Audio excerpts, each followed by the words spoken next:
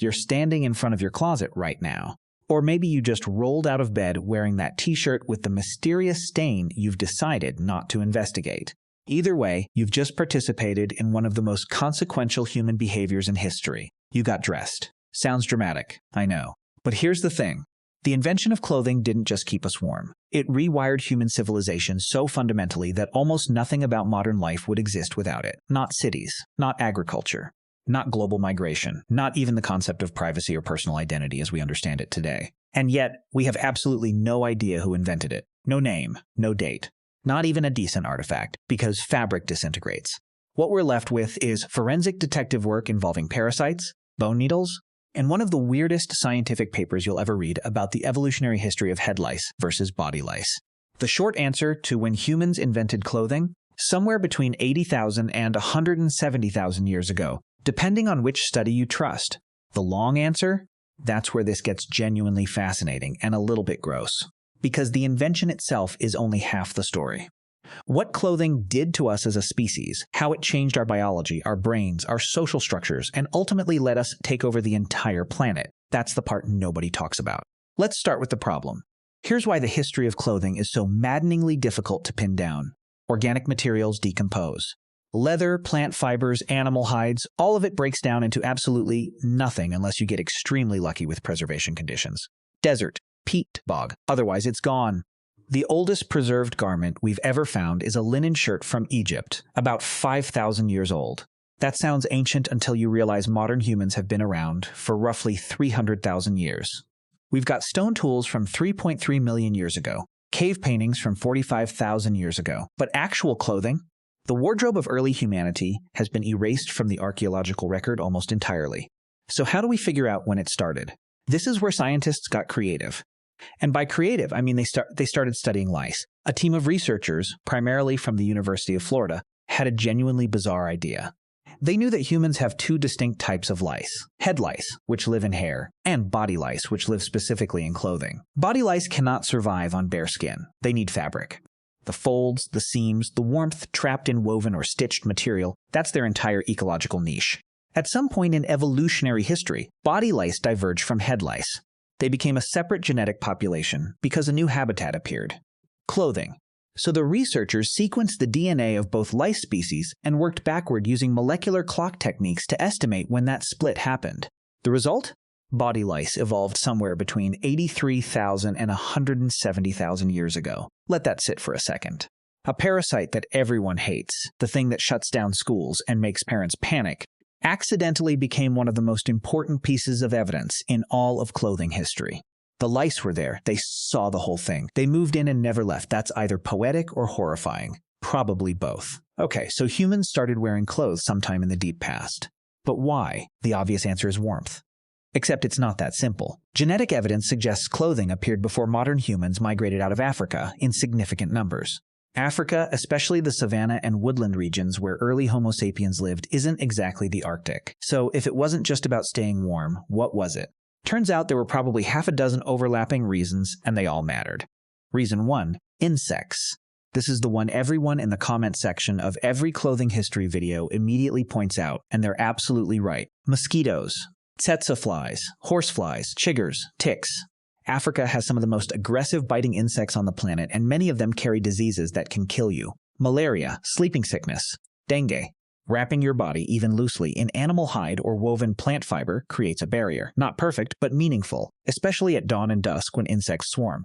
A simple cloak or leg wrapping could genuinely be the difference between getting malaria and not. And in evolutionary terms, that's a survival advantage so significant it would spread through populations fast. Reason 2, physical protection. If you're walking through tall grass, thorny shrubs, or rocky terrain while tracking animals for hours, your skin takes a beating. Cuts, scrapes, abrasions. In a world without antibiotics, even a small wound could get infected and kill you. Covering the most vulnerable areas, your genitals, thighs, feet, just makes sense. It's not glamorous, but it kept people alive. Reason 3, fire. Here's one that doesn't get mentioned enough. Humans were cooking with fire at least 400,000 years ago. You know what happens when you cook meat over an open flame while naked? You get burned, grease splatters, sparks fly. A basic wrap or apron around your torso and legs suddenly becomes incredibly practical. Once you're wearing it for cooking, you might as well keep it on. Reason 4, carrying stuff. One of the top voted comments on these videos is always about pockets, and yes, this. Being able to tie a pouch to your waist or tuck tools into a belt changes everything. You're no longer limited to what you can hold in your hands. You can carry fire-starting materials, cutting tools, food, and still have your hands free. That's a massive cognitive and logistical advantage. But here's where it gets really interesting. If you're enjoying this deep dive, make sure you're subscribed. We're just getting started. All those reasons I just listed? Practical, logical, boring, frankly. But humans don't do boring. We are pathologically incapable of leaving functional things functional. We have to make them mean something. There's evidence that humans were decorating their bodies with ochre, a red pigment, as far back as 200,000 years ago. Ochre has practical uses. It's antimicrobial, works as a mild sunscreen, and can repel some insects. But the way it was applied, in specific patterns, deliberately ground and mixed, suggests something else was going on. People were signaling. Signaling what? Identity, group membership, status, ritual significance. The jump from painting your skin to choosing which animal hide you wear is not a big leap. And once you make that jump, clothing stops being purely about survival and becomes a language. Who killed the leopard? Who gets to wear it? What does wearing it communicate to everyone else around the fire? This is the foundation of every fashion system, every uniform, every status symbol in human history. It started on the African savanna tens of thousands of years before writing, before cities, before agriculture. We were using what we wore to say something about who we were before we could even write down our names. And that changed everything. For most of early human history, clothing was rough. A hide draped over your shoulders, maybe tied with a cord of twisted plant fiber. Functional, but basically prehistoric athleisure. It worked, but barely. Then, around 50,000 years ago, something extraordinary shows up in the archaeological record. The eyed needle. The oldest one we've found comes from Denisova Cave in Siberia, dated to about 50,000 years ago. It's made from the bone of a bird, polished smooth, with a tiny hole bored through one end. This isn't a pointed stick. This is a precision tool designed for threading sinew or plant fiber and stitching two pieces of material together with control. Think about what that requires cognitively. You have to envision a tool that doesn't exist yet. You have to understand tensile strength, hole diameter, thread thickness. You have to be able to shape bone without shattering it. That's not instinct, that's engineering. And the result? Fitted clothing. Tailored garments that seal warmth against the body. Stitched seams that don't fall apart. Layering systems that trap air and insulate. In Siberia 50,000 years ago, during a glacial period, you could not survive without this technology. Not through a winter. Not through a week. The needle, as much as the spear or the fire, is one of the tools that let humans colonize the entire planet. Alright, let's zoom out. What did the invention of clothing actually do to human history? It let us migrate everywhere. Without clothing, humans are tropical animals. We're designed for the African savanna. Warm days, cool nights, access to water. The moment you add tailored, insulated clothing, that limitation disappears. Suddenly, you can survive the Siberian steppe, the Arctic, the Andes.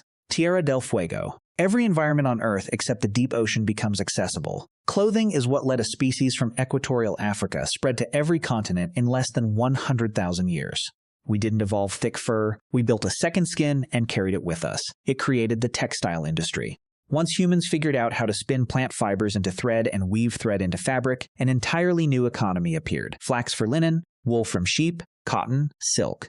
These weren't just commodities. They were the foundation of trade routes, the financing mechanism for empires, and one of the primary drivers of technological innovation for thousands of years.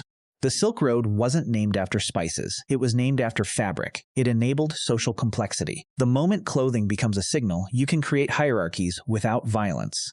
Priests wear one thing. Warriors wear another. Chiefs wear something nobody else is allowed to touch. You can identify friend from enemy at a distance. You can communicate ritual states, mourning, celebration, initiation, all visually, instantly. This is the foundation of uniforms, of heraldry, of every dress code in human history. Clothing became the operating system for social organization. It created the concept of privacy. Here's one nobody thinks about. The moment humans started wearing clothes consistently, nudity became marked, special, private. Before clothing, there was no such thing as naked because there was no default state of dressed. Clothing created the boundary between public and private self. It made the body something you could choose to reveal or conceal. That's not a small thing. That's the origin of personal autonomy, of modesty, of the entire concept of a private identity separate from your public role. So when did humans invent clothing? Somewhere between 80,000 and 170,000 years ago. Probably starting simple, a hide for protection, a wrap against insects, and evolving rapidly into something far more complex. Why did it change everything? Because it wasn't just one invention, it was a cascade. Protection became signaling. Signaling became status. Status became social structure. Technology improved. Migration became possible. Economies formed. Privacy emerged. Identity became something you could construct and communicate. We didn't just invent clothing. Clothing invented us. Or at least, it invented the version of us that could build cities and cross oceans and argue about what to wear to a wedding. Whatever you're wearing at this exact moment, you made choices about it. Conscious or not, comfort, warmth, style, what it says about you, what group it signals, whether anyone will see you today or not. You're doing exactly what someone did 100,000 years ago on the African savanna, standing in front of a pile of hides and plant fiber and ochre, deciding how to present yourself to the world. That's not a trivial connection, that's a direct line, unbroken, across the entire span of human history. You are the inheritor of the single most consequential invention in our species' existence, and you probably complained about it this morning. Some things genuinely never change. So here's my question for you. If you could go back and meet the first human who deliberately put on clothing, what would you ask them? Let me know in the comments, and I'll see you in the next one.